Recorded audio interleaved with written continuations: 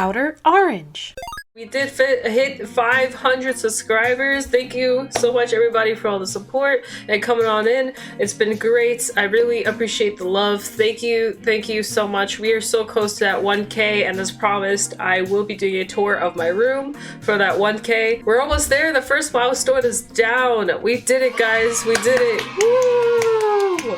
All right, go back to the video. I did some videos recently of pretty much like how to get into Vanguard, right? We talked about that. We also talked about research, things to do in order to actually start deck building. This video will actually explain how to deck build. I will say that this is more towards 0 players that are going in from like a 13-13-13 ratio to a kind of a weird, kind of like a different ratio, as you can kind of just do whatever you want. You have a little bit more flexibility. This is also primarily be towards VPremium and towards just deck building as a whole.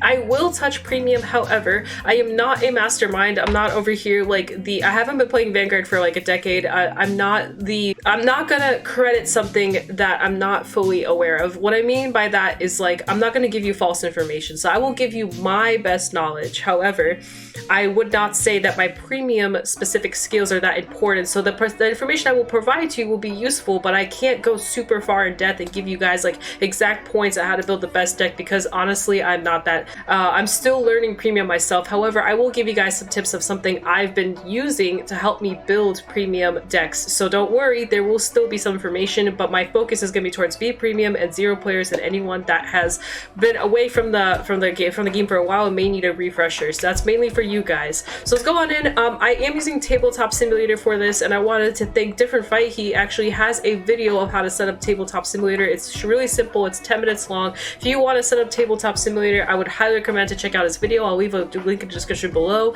to gain access to that video. It's really straightforward. But let's go ahead and switch on over to Tabletop Simulator, and I'll show you guys what it looks like, and we're going to talk about some main key points of how to deck build over there. I'm going to be using Nightmare Doll as by way of explaining how to deck build over in over in VPremium. Don't get too alarmed, it's not as scary as this looks. I'm going to give you guys kind of points, probably four things that you want to focus on when it comes to deck building. The first thing is you want to find your engine, your win con, like the thing that you are trying to accomplish with this deck. That's the first thing you want to do. The second thing, what are your support cards that you want to support your meta and like support what you're trying to do with your main win con. Like you have a win con, now you need support cards to get that win con, right? And then the third thing is your comfort zone. This is something that you'll have as you keep playing the deck. Obviously everyone has a play style, a comfort that they are comfortable with. Some people like a big hand, some people like aggro, whatever it is, you got to find your comfort. But we'll talk about comfort here in a little bit. And last but not least, you want to, this is tip number 4, and this fourth tip will be mainly used towards people that are a little bit more competitive. If you want to play for fun, you don't really need to focus on this as much, but if you're into the competitive side of the field or you want to get better at the game, this is towards you. So the fourth tip is building towards meta. You want to make sure you build towards a meta base thing. So like if you go in with a base deck, like just it does a lot of stuff. However, the meta right now is retire and your entire board just gets destroyed. You want to make sure you know you have cards or ways to avoid that stuff. Or say meta is aggro, so you want to make sure you can aggro the aggro. So you want to build stuff to either deal with those things, or you may want to build cards that retire stuff on your opponent's board, like key cards. Say there's a Link Joker deck right now that's winning, and they have one key card that gets their entire board rolling. So you want to make sure that you have a card in your deck that can retire that particular card to kind of get rid of that. But we'll go into those type of things a little bit later. That particular fourth point is definitely towards people that are into the more competitive side of the game. If you're not into the more competitive side of the game, the 3 tips that I pretty much gave you is your win con, your supporting cards, and your comfort zone. So those are 3 things that you want to focus on if you're not into the meta.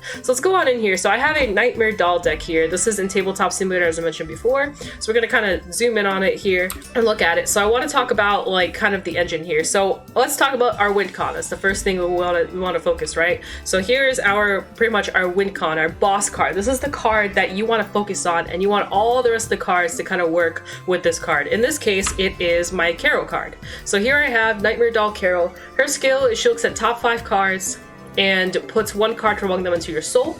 If it's a grade 3 Vanguard, you can call it out to your rear. There are things, so just off the first skill, we know something very important here. One, we have to have Vanguards in this deck, right? Because it literally states grade 3 Vanguards, you may call them out, blah blah blah. So we already know that knowing with our boss card, we're gonna need Vanguards. So that's like something you should just click in your brain, like, okay, if I'm gonna build this deck, if I'm gonna build a Carol deck, a Nightmare Doll Carol deck, I'm gonna need some kind of Vanguards. The next skill says when your grade 3 Vanguard is put into your soul, you counterblast 1, discard 2 cards, ride a Vanguard from soul as stand, you get negative drive. So this is a restanding card. Now from this alone, we could tell that, oh, we need grade 3s. It says grade 3 Vanguards are put into soul. So if grade 3 Vanguards are put into soul, we can restand, right? So another thing we gotta know, we gotta find ways to put stuff into soul. So okay, so now we need cards that can support that, you know? And then it says ride a Vanguard. So now we also know that we need grade 3 Vanguards. Well, primarily grade 3, there was a drive, but you want to primarily ride grade 3 Vanguards, right? You don't want to ride like a grade 2 or something. So we also know that we're going to need some kind of other supporting cards to kind of help push this. We're going to want another grade 3 that is even better than her, because so we know here that we're going to be rewriting. You don't want to rewrite into something that's going to weaken your deck. You want to ride into something that's going to keep your engine going, right? So you're going to want a supporting grade 3 where you start with this and you roll into another grade 3 that'll make this stronger. So here we kind of just broke down like a meta, like just a typical, like kind of like a win con. So our win con is that we want to re-ride, we want to restand, we want to have aggressive play and all that stuff. Now notice in this card there's absolutely no ways of gaining power, so that may be something important to think about. So you may, as you're building a deck, you may think, I'm probably gonna need to find ways to build power because she herself doesn't give power to any units, so we're probably gonna need cards that will actually give power. So this is something you want to like kind of like keep in mind when you're kind of when you're getting into this type of stuff. So of course you're gonna learn this as you playtest. I've obviously playtested this deck, so I kind of already know like the weaknesses and, you know, the pluses of the deck. So this is one of the weaknesses where you need power. So you'll notice as you're deck building, you may want to put units in that will give you power when they're popped out from soul or something like that. So that's Carol. Carol is our main engine, our main win con. What we're trying to push for, we want to restand and attack as much as possible to kill off our opponent as quickly as possible with a bunch of Excel spamming, because this is an Excel deck, meaning we'll have Excel markers when we ride, so we'll have another rear guard spot that we can attack with. Going on in, our second grade 3 over here, which is the supporting grade 3 that I was just talking about, is Chelsea. Chelsea's skill says at the end of the battle she attacks, she counterblast call 2 Vanguards from soul. Again, look at that, Vanguards. And if your opponent is grade 3 or greater, they get 10k power. Oh my gosh, we just talked about power, and here's the power that we are now implementing into our deck. So this unit will provide us the thing that Carol lacks. So Chelsea will give us that power. On top of that, she herself will suck herself in. Her rearguard skill, also very important. It says at the end of the battle attacked, if your Vanguard is a Vanguard, put this unit into soul, choose up to one of your opponent's rearguard to retire it, or put it into their soul. So that's not super important. What's important is that she puts herself into soul. Ding, ding, ding. Carol restands if you put a grade 3 into your soul. She puts herself into soul, so perfect. Wow, we have a supporting Vanguard that can utilize the skill with our Carol to make a restand. Look at that, we have an engine. We're starting an engine. On top of that, riding her actually continues the plan as she literally calls out 2 units, so we can even keep spamming. And if both opponents are grade 3, we can actually add power to those units and just keep spamming and start kind of going crazy with our cards. Now, you can stop here. You can actually just go with 8 grade 3s if you really want to. Some people will prioritize that type of engine because having too many grade 3s can especially in an Excel clan. In an Excel clan, you usually want grade 2s as you want a lot of attackers.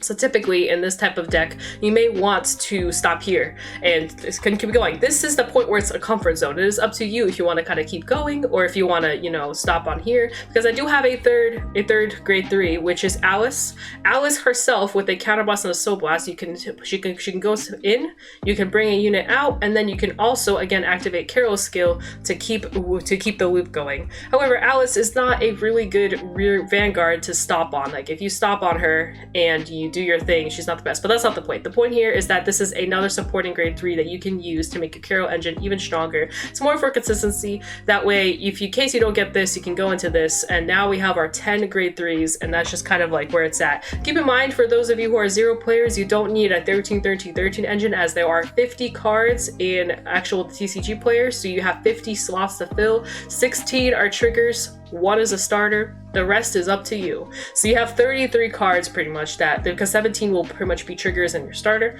You have 33 cards to fill up your grade 1, your grade 2, and your grade 3. You can go 11, 11, 11. However, that's usually not the case. Usually typically the ratio is like 8 to 10 grade 3s, and then like 8 to 10-ish grade 2s or 11, and then you have like usually more grade 1s. And the reason why we have more grade 1s is because their shield value is a little bit higher. Now in Excel decks, usually you actually do want to go a little bit more grade 2s, as you want to make sure you have a lot of attackers doing attacky things. Like you want to make sure they attack. In other clans, like protect clans and maybe even force clans, your grade 2s are not like as important as usually your grade 3s will be your main focus. But that is of course differentiate between gift to gift. So that's something that you will have to experiment with and see like what your comfort zone is. I'm just here to explain the basics of deck building. So I just explained to you our grade 3 engine. So we have the engine down. Now we need to supporting cards. I'm not going to go super deep into this part, as this is kind of up to you and what kind of deck you're building. So for me, my supporting cards are definitely my grade 2s and my grade 1s. I have a bunch of workoids. This is a workoid right here. This is a workoid. This is a workoid. We got a bunch of workoids here to support the engine of our Carol. On top of that, I also have ways to put stuff into soul. So here we have Armor of Beast Tamer. She puts stuff into soul, so another great way to pop the restand. I have some grade 1s here. Grade 3s are super important in this deck. This is a grade 3 searcher, something you may want to use to pretty much get your grade 3s going. So I'm gonna do it like this, but so this is our grade 3 searcher. You may need your grade 3 searcher to get to your grade 3s, because your grade 3s are a huge part of this engine, like this particular engine. You don't have to run grade 3 searchers.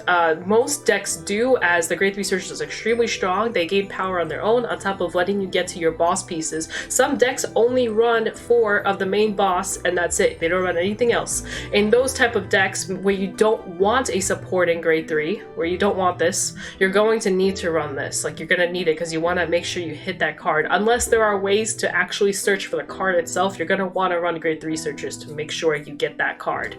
If you miss your boss unit, usually your game will fall apart. If you miss your win con, which is usually your grade 3, your entire game will usually fall apart. So you want to make sure you hit your grade 3, and that's why some people will run grade 3 searchers, which is like this Masquerade Bunny here. I also run some other supporting cards. Like I have another thing, so my deck is very reliant on my soul, right? So here we have a card that soul charges. When it attacks or boosts, it soul charges, she gets 5k on her own. This is something you may want to tech in, tech out. Of course, this is like my tech. I want to make sure my soul is stacked. I want to make sure I don't run out of soul. So in this type of deck, I want to make sure I have soul. So ways you can get soul is stuff like this. You know, there's other cards in here that gain soul as well. This card also has soul. You know, you want to make sure this card can put stuff into your soul. You want to make sure whatever it is your engine is, that it has support. So if your deck is really reliant on counter blasting, you want to make sure you have a way to counter charge. If your deck is very reliant on soul blasting, you want to make sure you have a way to soul charge. If your deck is very reliant on multi-attacking, you want to make sure you're able to multi-attack. You see kind of where I'm going out with this?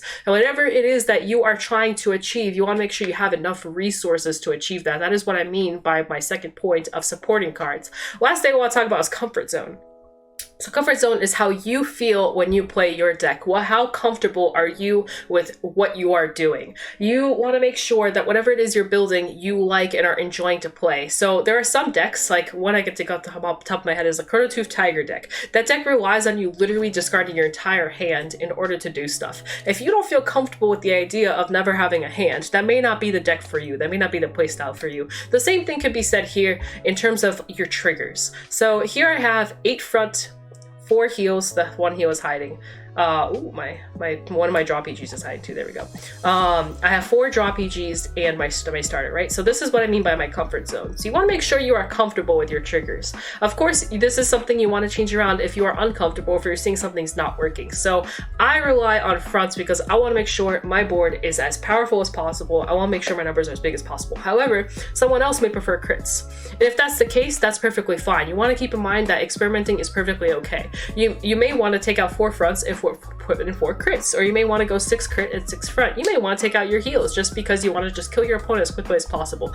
Same can be said for your critical triggers. So your sentinels. So your sentinels right now can be 4 draw PG, 4 crit, or a mix of 3 and 1 or 2 and 2, whatever it is you want to do. This is again your comfort zone. It is up to what you want. Do you want your hand to be bigger? So you probably want to go for draw. Do you want to kill your opponent? You may want to go for crits. Keep in mind it is okay to playtest and see how things work. If you're seeing that your draw just isn't enough, change it to crits. See what your comfort zone is. I really like to heavily pinpoint this as there is usually not a perfect correct way to run your triggers, and this can definitely be said about premium. Premium can run their triggers in so many different ways, as there are triggers with skills, triggers without skills. You can choose to run your VPremium triggers, you can choose to run your old triggers. There's so many ways you can approach a deck when it comes to triggers in premium that you definitely want to find what you are comfortable with. So for me, I remember I mentioned how there's not much power that Carol gives, and the only way you can get power through her skill is by having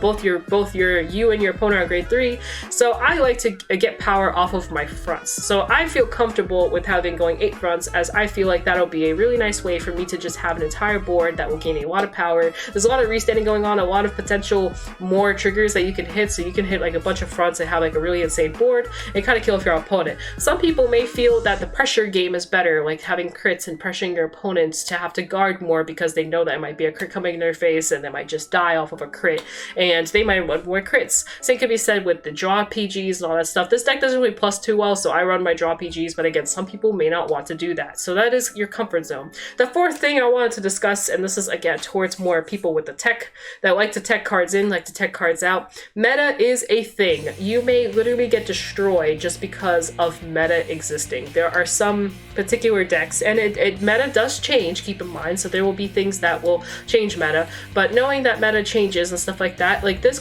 deck right here is not meta built, meaning if I were to go into this and say like, again, I'll bring back Link Joker, say Link Joker is dominating right now, and I bring this in and I don't think about what my opponent is doing, I may lose just because they're doing something that I chose not to stop. Meta building is when you literally take usually about like one card and you just tech it out for something else. Like there's different ways. There are some cards, like your Chronicle is a good example, it's just the deck that comes to mind. Your Chronicle has a lot of weird cards, forces your opponent to guard war, or you can actually retire with some of their cards, and you can literally tech like 1 or 2 copies of those cards just to kind of help to get rid of your board.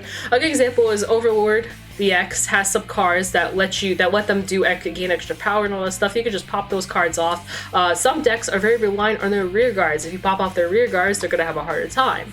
Some decks you can force your opponent to have to guard more, so that way you can shred their hand faster. So you may find like 1 or 2 tech cards that will force your opponent to get through their hand a little bit quicker, so you can kill them off faster. Some people tech in literally 16 crit because they know the meta is just too fast and they want to kill before they get killed, so they run 16 criticals, literally no heals, and that is also a meta tech. That in itself is a meta tech. Some people experimented with like say 12 crit and realized that 16 crit is just the way to go. This is a good example with current Angel Feather Gabriel decks. Most people run 16 crit because they want to make sure that they kill their opponent with their guard restrict card. So that is a tech. Like usually decks go with heals, right? But this deck, because it is just so crazy with how much it goes through triggers, people literally want 16 crit just so they can just destroy their opponent and just end the game before their opponent can even touch their grade 3.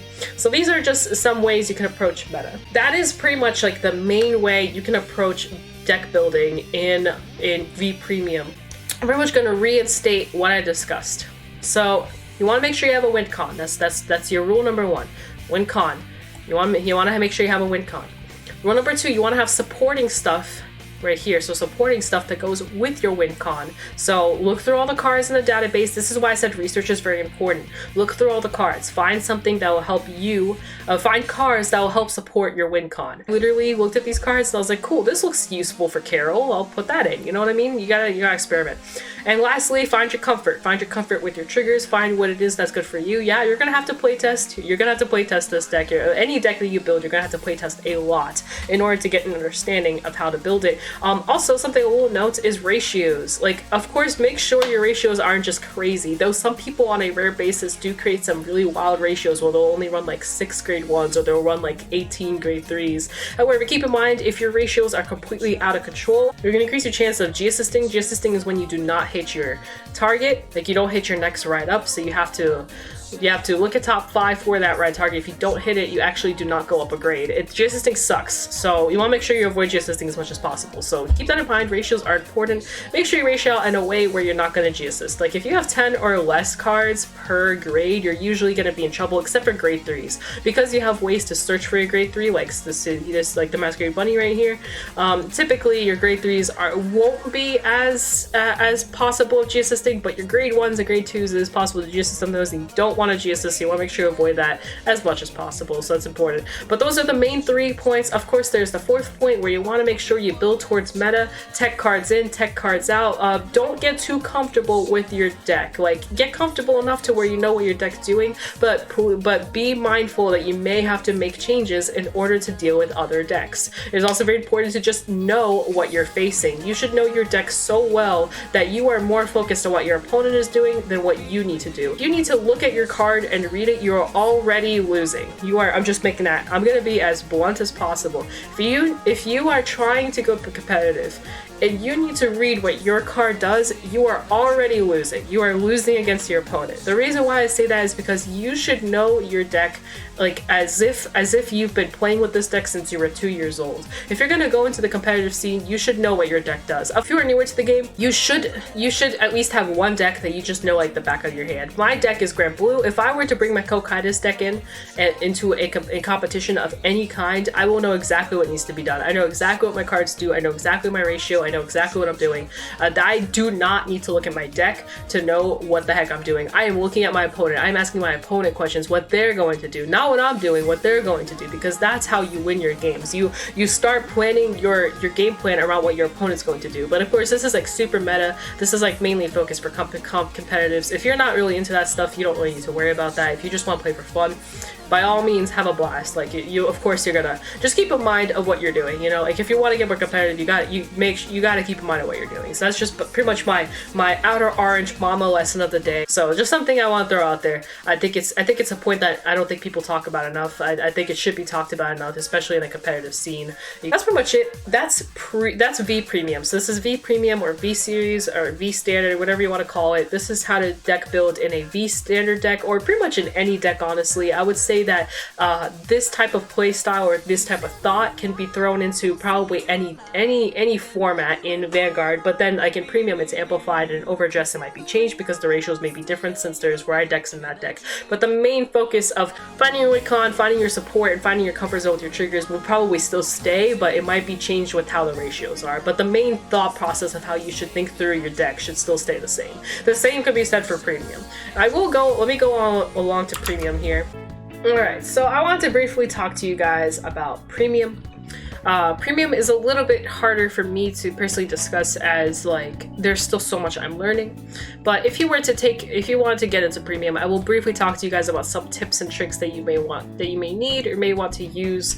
I would say your main focuses again are still the same focuses I talked about before. Finding your win con. For me, my win con is pretty much getting to one of my strides that will just completely finish off the game for me. So for instance, this is Bad Bounty right here. So Bad Bounty would be a card that I would use to finish off my opponent. Another card is my Ultimate Stride Megiddo. So that's another card I may want to use to finish off my opponent. So those would be like kind of my win cons, and I would build my deck around like what I want to do to make sure that win con is more precise. Some like other supporting cards would be like Omadiah. Sometimes Omadiah will finish my games off, so I can use that.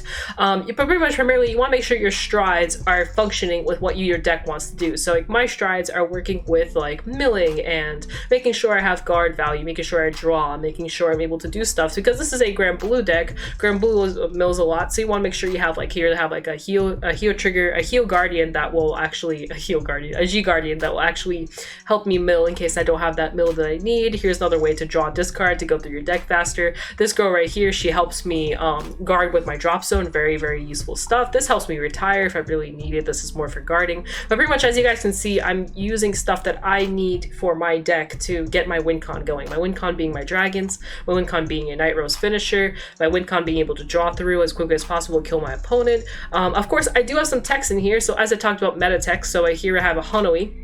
Hunaway is a meta tech that you can use to make your opponent not be able to attack after 5 times. This is something you may want to use. I have counter charges in here, like I discussed earlier. You may want some things to help you counter charge in your deck. So like right here, I have a counter charger. I use this because this deck requires a lot of counter blasting. So again, as I talked about, you want to make sure you have supporting cards that can support your engine, right? So if you have an engine that counter blasts a lot, you're gonna need counter chargers. I have ways to soul blast, just ways to just get through my soul, get my soul out to make my job so bigger.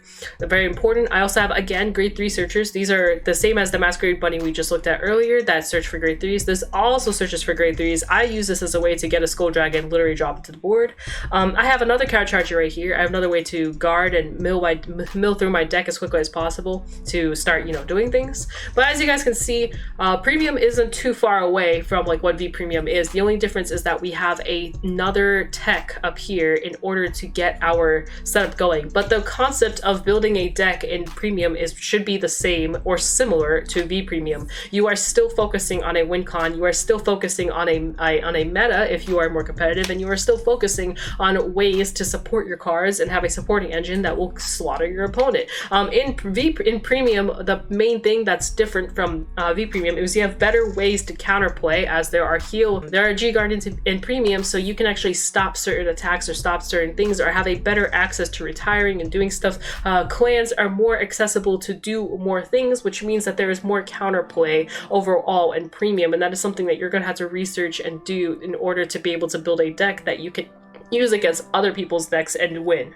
So something to keep in mind. You want to build a deck, but Premium is an even bigger research hole. You really want to research what other decks are doing, because usually the focus isn't so much what your deck can do, it's how your deck can stop other decks. So that's like the biggest difference between Premium and VPremium, is what you can do to stop other people from doing what they're trying to do so you can win. Like, I know that sounds really weird, but that's pretty much kind of the way it is. That's just how the setup is. You can also just take your standard deck, your VPremium deck, literally just add a G zone and just test out the mechanics of what Premium is, and then as you get more comfortable you can start changing stuff out. Because I think the biggest point I can give you when it comes to Premium is knowing when to take out a VPremium card or when to not take out a VPremium card, because VPremium cards have higher shield value and all this stuff, but you have to make the choice. If, like, say this card right here, so this is a 5k block and this is a 10k block. Why do I have a 5k block in my deck when I could just have a 10k block in my deck? The difference is because Hunaway can literally stop attacks. It's not in there for the shield, it's in there for the ability. So that's something that you will start weighing. You will start weighing, is this card worth putting in my deck even though it's older with less shield value for the ability that it gives? If the ability is better than the actual shield cost, that I should put it in. That's probably the biggest thing that I will have to throw in there for you guys, of why you may want to pick cards that are from the older sets that are better because of their abilities. If their ability is worth playing it, of course you're going to want to play it, and then you can substitute other stuff, and then you can have other V cards like these cards right here, these cards for the better shield value, because shield value is very important, but sometimes the skill is just so good that you're going to want it over the shield value. That is pretty much my way of deck building. I don't honestly know if this was a good way or a good breakdown or a good starting point for you guys. I hope it is. I hope this is informative. I hope it helps you zero players out there who are really struggling to figure out how to build a deck. Also, something I didn't mention in the last video of how to buy cards. The main two places you can buy is, in my opinion, is TCG Player and 50 cards. I'm sure there's a lot more out there that I don't know of. Those are the two that I can think off on the top of my head. If you want to secure some cards, you guys could do it that way. 50 cards and TCG Player. Hope this helps you deck build. If you are going in and getting into this game, please use these points to help you succeed, and I'm sure you'll be successful in your games, whether it is for fun or it's competitively. I really hope you have a blast, because the number one thing about Vanguard is to just have fun with what you're doing. Whether you win or lose, have fun with the game. Other than that, guys, peace out. Das Vidania. See you guys next time. Bye!